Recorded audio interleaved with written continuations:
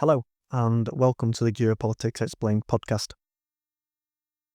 There are often many aspects of geopolitics that draws parallels to the concept of destiny. We see books such as Geography is Destiny by Ian Morris support this claim. Interestingly, this concept in history was famously attributed to Napoleon before he invaded Russia. With hindsight, we all know how all that went. I bring this up because another element of geopolitics that often connects with destiny is demographics. Demography is the study of human populations and how they change over time. And in the European Union, demography is becoming a key issue as many characteristics are shifting and contributing to these demographic changes. With the EU, we are at an advantage that we can explore the demographics of individual countries while also exploring collective EU demographics. This can highlight some very important patterns of which we're going to discuss today. And then I'll also discuss what issues have emerged as a result of recent demographic trends in the European Union. So I'm going to start by discussing individual nation demographics with some facts that will help set a base layer in this episode. The most populous nation in the European Union is Germany, with 83 million citizens, followed by France with 68 million, Italy with 58 million, Spain with 49 million, and Poland with 36 million. The remainder of the top 10 is made up by Romania, the Netherlands, Belgium, the Czech Republic, and Portugal. If we move on to physical size, the top 10 largest countries in the EU are France, followed by Spain, Sweden, Germany, then Finland, Poland, Italy, and then finally Romania, Greece, and Bulgaria close up the top 10. You can also look at population density, which measures how many people on average live within a square kilometre. Of the EU states, Malta is at the top of this list with 1,715 people per square kilometre. In second place is the Netherlands with 477 people per square kilometre, which highlights how densely populated Malta truly is. The rest is then constructed by Belgium, Luxembourg, Germany, Italy, Denmark, the Czech Republic, Poland, and Portugal. These countries sit above the EU average, which is 106 people per square kilometre. Slovakia, Austria, and France also sit above this EU average, with any other EU nation not mentioned sitting below the average in population density. We can also look at individual cities. The largest cities in the EU as of 2023 were Berlin at the top with 3.8 million people, followed by Madrid with 3.3 million, Rome with 2.8, Paris with 2.1 million, and Vienna with 2 million. Hamburg, Warsaw, Bucharest, Budapest, and Munich make up the rest of the top 10. The final batch of figures that I want to throw at you is life expectancy. All 27 individual EU member states have a life expectancy above the global average, which is 73.3 years. The EU average life expectancy is 81.41 years. Interestingly, there does exist just over a 5-year gender gap in life expectancy in the EU, with women living longer on average than men. Exploring these datasets in isolation can be interesting and fun, but it's when we focus on trend changes over time that we can determine the most important data. With that being said, let's move on to exploring percentage changes in population growth. Now, collectively, the European Union has a total population of over 450 million people as of January 2025. To find the latest percentage change in population, we have to go back to 2023 data. In 2023, the European Union saw a population growth of 0.37%. However, the interesting point here is when we break down this percentage growth. The natural change of the population the year before, in 2022, was negative 1%. Also, the fertility rate in the European Union, on average, was 1.55 children per woman. So where did this positive percentage growth of population in the European Union in 2023 come from? Well, it came from net migration in the EU. In 2022, net migration into the EU was positive at 2.6%. So from this fact that we had overall positive population growth in the European Union, but that the natural change was negative and that birth rates were low, this implies that the increasing population in the EU was fueled by net migration. What hypotheses can we take from this? Well, I believe there's three main hypotheses that we can take. Firstly, the European Union is well below the replacement fertility rate, which is 2.1 children per woman. This is the average number of children for each woman to have that would lead to a population remaining stable.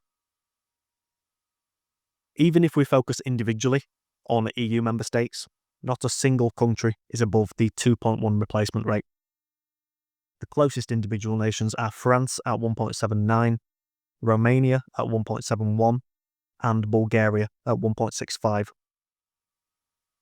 The second hypothesis that we can take from this is that the population growth rate in Europe in isolation naturally is negative. As I stated, the positive percentage change of 0.37% was hence driven by migration. When we focus individually on EU member states, only France, Sweden, Ireland, Cyprus, Luxembourg, and Malta experienced a positive percentage natural change. Finally, when we focus on net migration in individual EU member states, only Hungary, Greece, Bulgaria, and Croatia out of the 27 EU member states were seeing negative net migration. This further highlights how population growth in Europe is being driven by migration, with the 23 other nations in the European Union experiencing positive net migration. These three shifts are massively contributing to the changing demographic makeup of Europe on an individual country level, but also on a continent-wide basis. As a result of these shifts, there are some issues that are emerging within the EU. We'll now dive into those.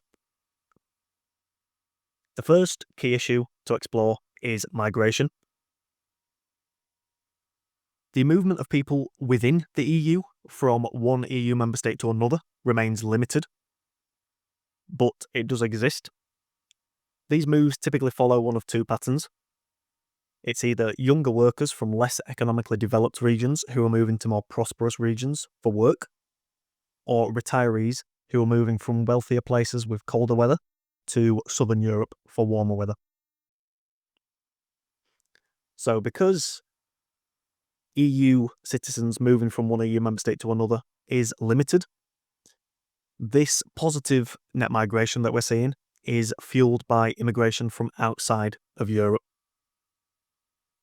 In recent years, this has become a controversial issue in many member states, especially Hungary, Bulgaria, Germany, Italy, Slovakia, Spain, France, and now Poland.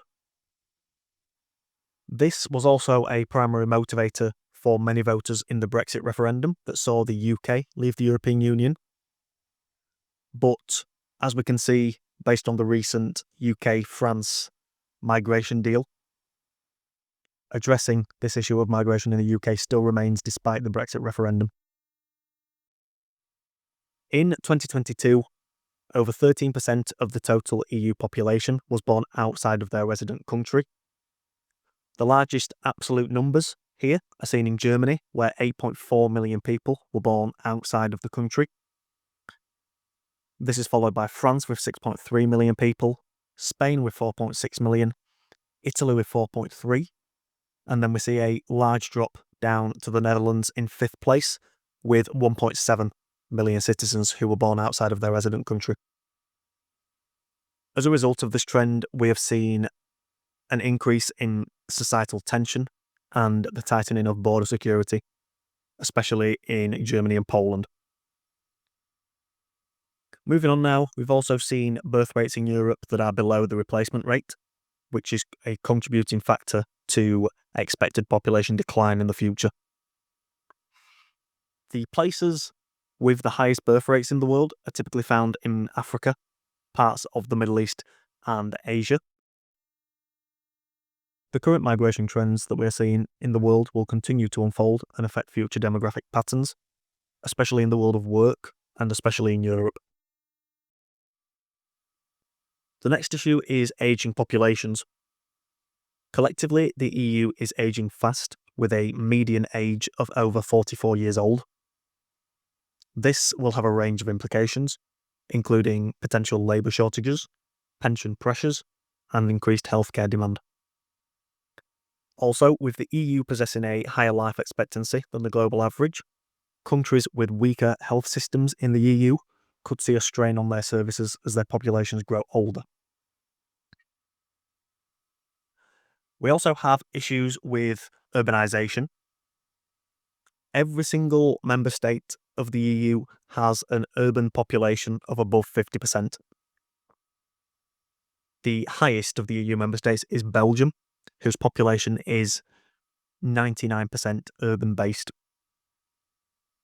This is contributing to rural areas experiencing population decline, while urban areas are continuing to grow and expand.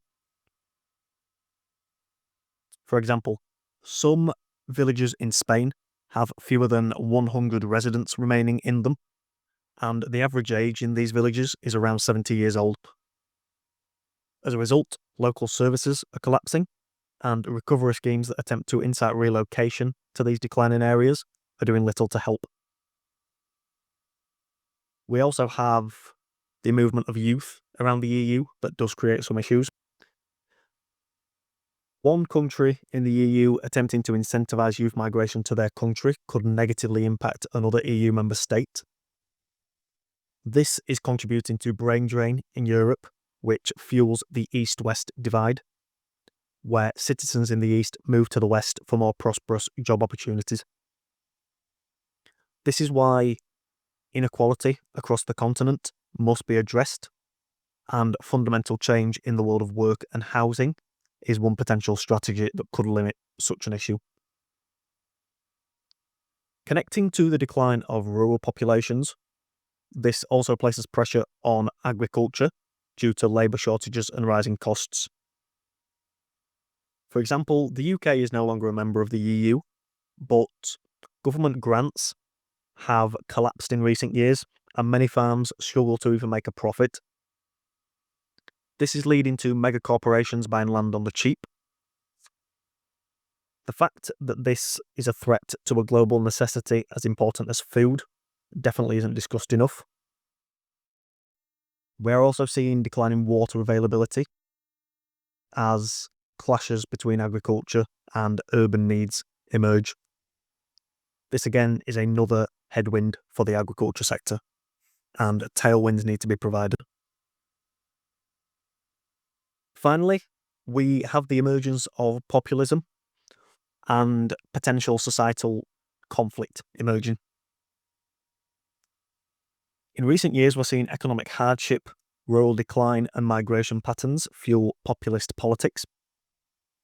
For example, in Spain in the last week, we've seen protests and clashes emerge. Far-right parties are drawing in more support, such as the AfD in Germany and National Rally in France. This is a fundamental issue, not just in Europe, but in other countries around the world. If citizens see their quality of life decline, they search for change. And this change is often reflected in politics and the voting patterns of citizens. This emergence of populism and potential social conflict is leading to clashes in national identity. These clashes are emerging firstly between different generations due to wealth inequality, but migration is also changing demographics and leading to questions emerging over the collective EU identity. Due to the size and ambition of the EU project, issues of identity such as this will continue to emerge and exist within Europe for decades to come. Now, as I alluded to earlier, these demographic issues can all be viewed collectively when we look to the future. By the end of the century, the EU is expected to have a shrinking population, just as we see countries such as China and Japan possess today. By 2080, it is forecasted that the EU will possess a 2% total population shrinkage when compared to the 2015 data. This does take both migration and natural change into account. Now, there is one advantage here, that the European Union is lucky that it can look at how other nations may handle this issue, such as Japan and China. However, the EU is also in an unlucky position because many individual nations within the European Union possess aging populations. These individual member states will likely undergo a decline in population before the continent as a whole does. As a result, this is a challenge that the EU needs to start addressing today because it's going to be an issue that emerges in a few decades, not towards the end of the century. Now, this seems like a daunting task to address. However, there are some solutions and some potential pathways that the EU and its individual member states could take. The most important thing, though, is that this is an issue that people are aware of and that work is being done today to tackle this crisis. In the next episode on Friday, I'll dive into some of these potential demographic solutions and strategies that could one day begin to slow and tackle these societal issues. Until then, I've been Dylan. I'll talk to you next time.